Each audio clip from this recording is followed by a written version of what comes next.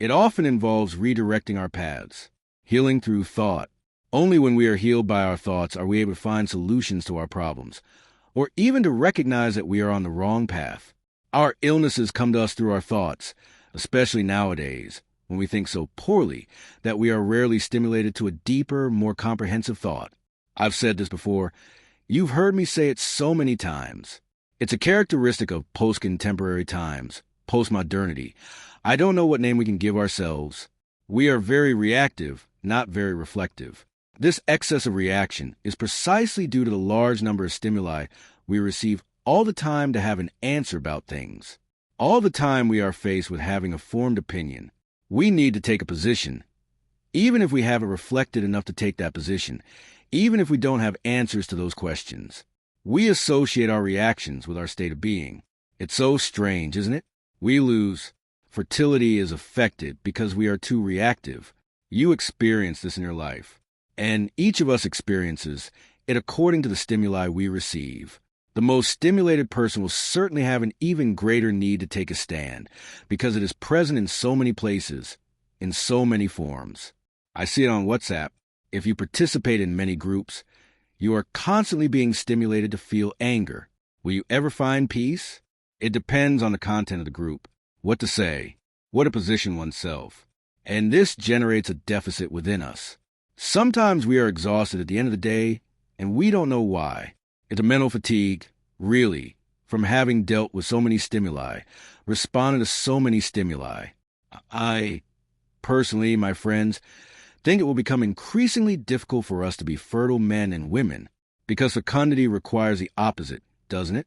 You also require retreat, silence, serenity, tranquility, everything that we don't have today. I usually say that we are protagonists of a time that has never been equaled at any other moment in the history of humanity. We have already had many similar phenomena at different moments in history. But what we are experiencing today, having this excessive communication at our disposal, this excessive information, never in the history of humanity. People have been exposed to this. So we are protagonists of a time that has not yet been sufficiently lived to know the consequences of this on us. We are stimulated all the time. We have an immense ease of communicating, connecting with other people. Our children are already being born this way.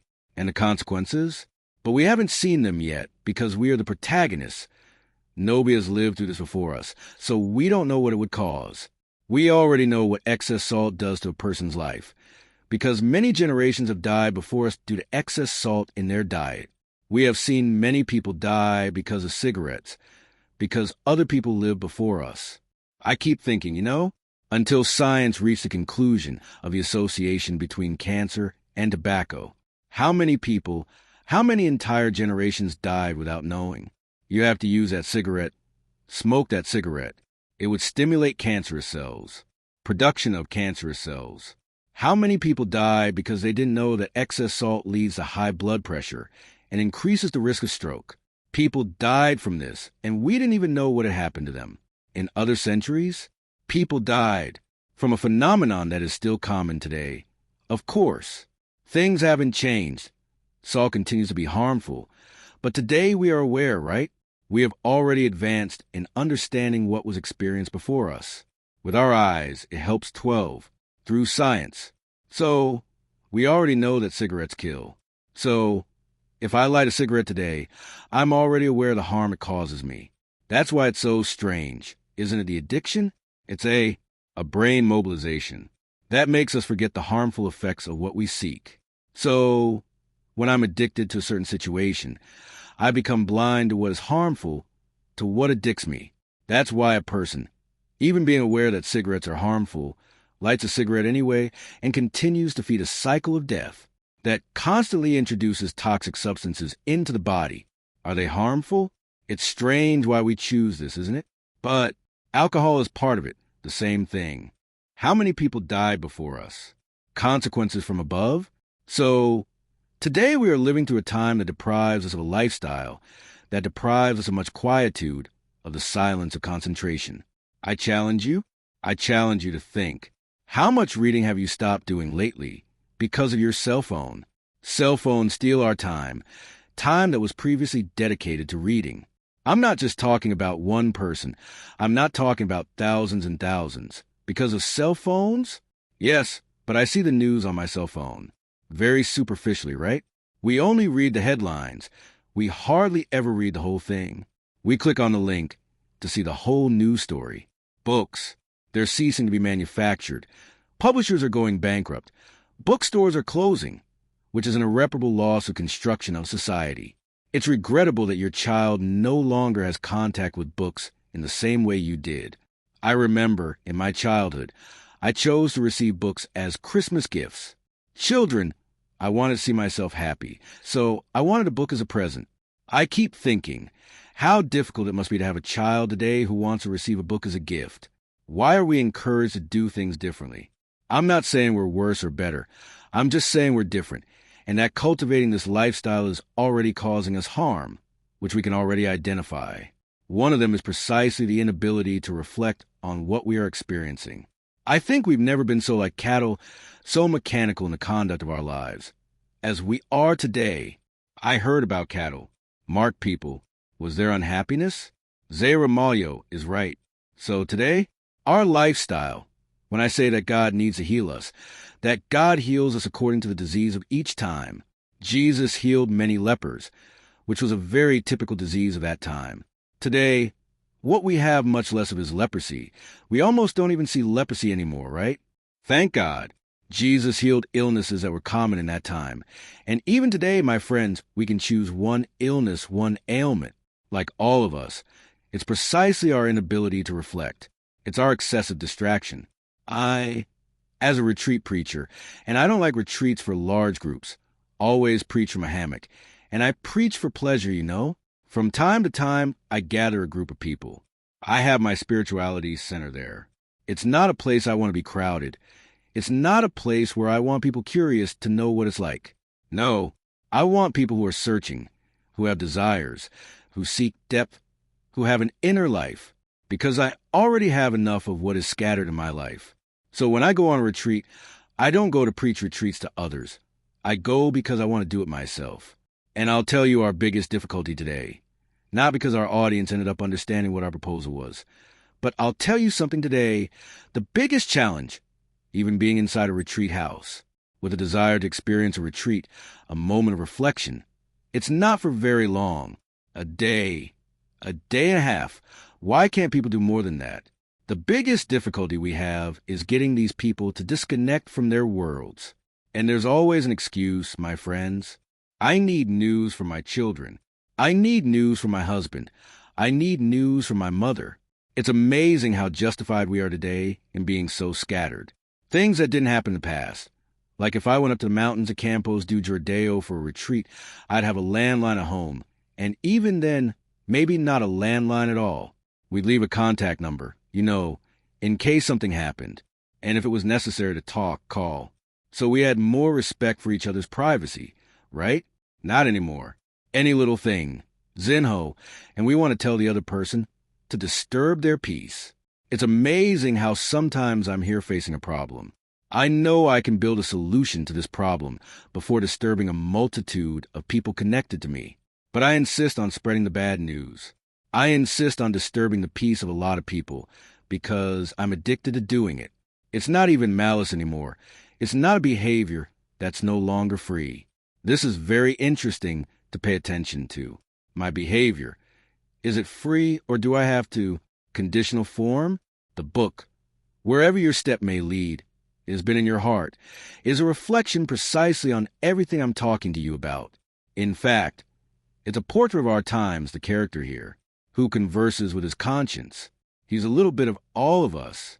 And here, there's a moment when conscience shows him that our way of being isn't always free. Because when I'm a leader, when is my behavior free? When I'm conscious, and in the face of the conscience I have, I choose to do here. My people, my behavior today is reactive. It's very little free, because I'm conditioned to have it. And the more I reproduce it, the less free I am to decide not to reproduce it. I return to teaching, then when I have 11 groups of 20 people, at most, to live 2 days of retreat with me. What is our greatest difficulty? Disconnecting from the world. which instigates us. And I always say justified. Take a break between one lecture and another. Instead of going out, contemplate that marvelous nature we have, to breathe that pure air, which is something I really need. When I go up to Campos do Jordao, which is one of my favorite places, when I breathe that air, when I look at that, I forgot, what's it called? It's a little red thing that grows on the bark of trees. I don't know if it's a fungus, a bacterium. What is that, lichen? It's a fungus. I Googled lichen so we could find out. It only grows in places where the air is pure, right? I'm so happy to see that everything has lichen on the trees. Then I breathe deeply because I am living all the rituals that my body needs. For disconnection, everything that tires me, thank God, cell phones don't work. So sometimes people hang from the tips of trees to see if they can get a signal. Such anxiety to know what's happening. We have this absurd pretension of wanting to control the world. We are very arrogant. We leave home and think that our home will stop functioning just because we've left it. Leave your child there. Take care of your children a little. Sometimes the house will even be better off without you there. And when you return, they will realize how important you are within that context. Let people miss you a little. Don't insist on your presence. But we are not free from acting this way. We are all very conditioned. So we need to be the cure. 12 today, among so many things, you might be listening to me, remembering that you too have a health problem, that it's directly associated with your eating habits, that you, unfortunately, have lived for a long time like me, knowing that you could go on a diet, that doing this diet would be a treatment option, as Dr. Daniel always suggested to me. And I let it go. Suddenly you're listening to me. Wow. Who knows? Maybe I'll try this in my life too. Cutting out sodas, excess juices, everything that has a lot of sugar, everything that has a lot of fat, and you start to discover that there's a way to take care of yourself. What is healing? It's an intelligent way. You start to minimize the power. On your side, excessively reactive, because even about us, my friends, about what we eat, about what we drink, the way we deal with our bodies, it all goes through reflection, because sometimes we get sick because we don't reflect on our behavior. We keep repeating it goes on, and the more we repeat it, the less free we become, because repetition is precisely what makes me feel gagged. It's like eating the wrong things every day, getting used to it. Your body gets sick from that method, that way of living, that way of eating, and suddenly you no longer have a freedom to act. You are absolutely conditioned. That's what kills you. So today, when we sing that God heals us through love, that God heals us, especially when he manages, through our reflection, to make us aware that the way we are living needs to be reviewed. Yes, I don't believe that miracles will fall on us and that overnight we will be cured of our harmful habits. No, it is through awareness and behavioral change that we expel habits, not situations, events. What do you perceive? Emotional exhaustion. It's like you spent the day fighting. The day comes to an end and you're very, very worn out. You've had an attack on your spiritual and emotional immunity. And how do we replenish that? First, you have to know what you enjoy, right? What are your favorite activities? Going home, taking a shower, picking up a book, watching a good movie. It's not just about resting your body, but about providing the reconstruction, the restoration of your emotional immunity. We know exactly what that means when we become able to perceive what rests us and what tires us. It's amazing how people react. Let's say I had a heavy, difficult day. Is it possible that I arrive home overloading those who are around me, making me a burden to them? Is my energy negative? And there are people who always live with negative energy. What kind of lifestyle? What makes our energy lighter, more pleasant, so that others, when they are near us, notice that it's good to be there. It's our lifestyle. It's what we think. It's what we feel. It's what we say. It's what we seek. You know exactly what I'm talking about. There are people we get immense satisfaction from being around. Good energy? Because we are. Spirituality and energy, affection, energy, even if you don't see it. But it's there, enveloping us. For example, when I have an event like the launch of Book Online, I receive many people. Our last launch was in Uberlandia, and we served almost 700 people, 34 books each. So it's exhausting. It's very energetic. And we can clearly tell which person approaches you wanted to leave something good with you, a good feeling. And thank God that's the vast majority. And you immediately identify the person who came with an expectation that you couldn't meet at that moment. A person who wanted to talk, who wanted to confess. They wanted something more from you, and they already come with that expectation. And they're already upset because it's not the right time for that, is it? I'm there to serve many people. That's why sometimes people don't understand. Why do I like having a photographer take pictures of us so we don't have the hassle of taking photos? And why gas photography? Because for the person who is living the moment, I'm always standing there in the same place. It's terribly tiring to have to stop, to keep smiling, and I lose the opportunity to live a moment with the person, to talk, to listen to them a little in that quick moment we have. So, let's say we're going to have 40 seconds, a minute at most for our meeting. If we waste it with photograph, then let the other person take pictures while we're meeting. This, I've already concluded, is mine. It's part of me. I'm aware that the thing that wears me down the most in my day-to-day life is taking photographs at these events. When I had to stand still to take a photo with almost 1,000 people, I would leave there my friends almost needing to be hospitalized from so much exhaustion, because it's an immense waste of energy to look at this. I have a good night. My dear, welcome. Thank you very much. I have a conviction that every time I come to record the program, my exhaustion is 10 times greater than doing it live. Interesting, isn't it? I remember when I was producing a record and I had the day to do the photo shoot. My God, it was the most painful thing for me. It really exhausted me. Recording. They turned on a camera, pointed at us. Record a video. For God's sake, stop, to the left. It's amazing how I feel the energy draining away. I don't know why I'm like this, and I've started to have a little more respect for my way of being. I think if you try this for a day, you'll see. Leaving your house and having to take pictures all the time, you might understand why. It's not that we're going to treat people badly. No, for God's sake, it's not that. I treat them well. I receive them with great affection. It's the people, the desire to take a picture with us. Sometimes it's that. It's the affection they have for us. The big problem is when we feel like objects in this relationship. It's not that people don't greet us. I don't say good morning. I don't say good afternoon.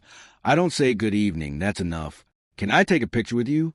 Anyway, in the end, it becomes very exhausting over the course of life.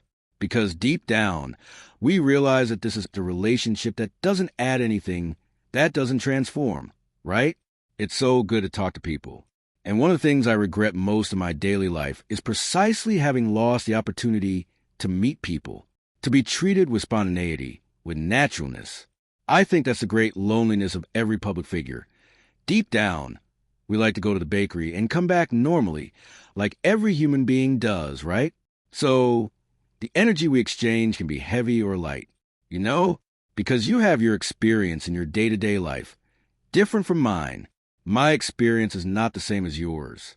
But you also know exactly how much some people weigh you down, and how much other people do you good, because they relieve you.